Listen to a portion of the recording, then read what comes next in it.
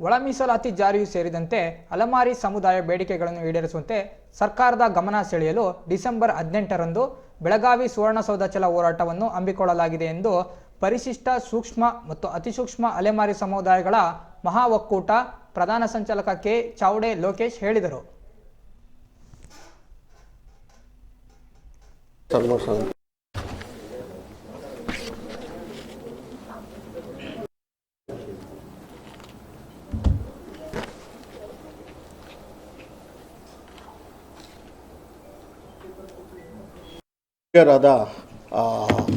ಮಹತ್ವದ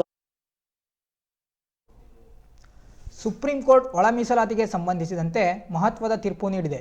ಜನಸಂಖ್ಯೆ ಆಧಾರದಲ್ಲಿ ಮೀಸಲಾತಿ ಕಲ್ಪಿಸದೆ ಸಣ್ಣ ಸಣ್ಣ ಜಾತಿಗಳಿಗೆ ಆದ್ಯತೆ ನೀಡುವ ಮೂಲಕ ಇದನ್ನು ಜಾರಿಗೊಳಿಸಬೇಕಾಗಿದೆ. ನಮ್ಮದು ಅತ್ಯಂತ ಸಣ್ಣ ಸಮುದಾಯವಾಗಿದೆ. 49 ಅಲೆಮಾರಿಗಳು ಜನಾಂಗಗಳಲ್ಲಿ ಒಂದು ಗುಂಪಾಗಿ ಪರಿಗಣಿಸಬೇಕಾಗಿದೆ.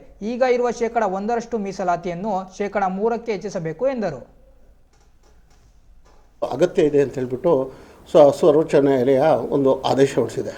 ಆ ಆದೇಶ ಜೊತೆಗೇ ಒಂದು ಬಹಳ ಮುಖ್ಯವಾದ ಅಂಶನ ಸರ್ವೋಚ್ಚ ನ್ಯಾಯಾಲಯ ಕೋರ್ಟ್ ಮಾಡಿದೆ.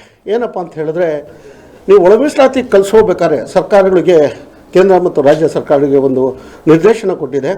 ಒಳ ಮೀಸಲಾತಿ ನೀವು ಕಲ್ಪಿಸುವಾಗ ಜನಸಂಖ್ಯೆ ಆಧಾರವಾಗಿ ನೀವು ಕೊಡಬಾರ್ದು. ಕಾರಣ ಏನಂತ ಹೇಳಿದ್ರೆ, ಜನಸಂಖ್ಯೆ ಆಧಾರವಾಗಿ ನೀವು ಕೊಡ್ತಾ ಹೋಗ್ತು ಅಂದರೆ ಅದರಲ್ಲಿರೋ ಚಿಕ್ಕ ಸೂಕ್ಷ್ಮ ಪರಿಶಿಷ್ಟ ಜಾತಿಗಳಿಗೆ ಮತ್ತೆ ಅನ್ಯಾಯ ಆಗುತ್ತೆ. ಹಾಗಾಗಿ ಅವರು ಕಳೆದ 78 ವರ್ಷದಿಂದ ಮೀಸಲಾತಿಯನ್ನು ಬಹುತೇಕವಾಗಿ ತಗೊಂಡಿಲ್ಲ. ಅವರನ್ನು ನೀವು ಪ್ರಿಯಾರಿಟಿ ಮೇಲೆ ಅಂದರೆ ಆದ್ಯತೆ ಕೊಡೋದ್ರ ಮೂಲಕ ಅವರಿಗೆ ನೀವು ಒಳ ಮೀಸಲಾತಿ ಕಲಿಸ್ಬೇಕು ಅಂತೇಳಿ ಒಂದು ಮಹತ್ವದ ಆದೇಶವನ್ನು ಸುಪ್ರೀಂ ಕೋರ್ಟು ಹೊರಡಿಸಿದೆ.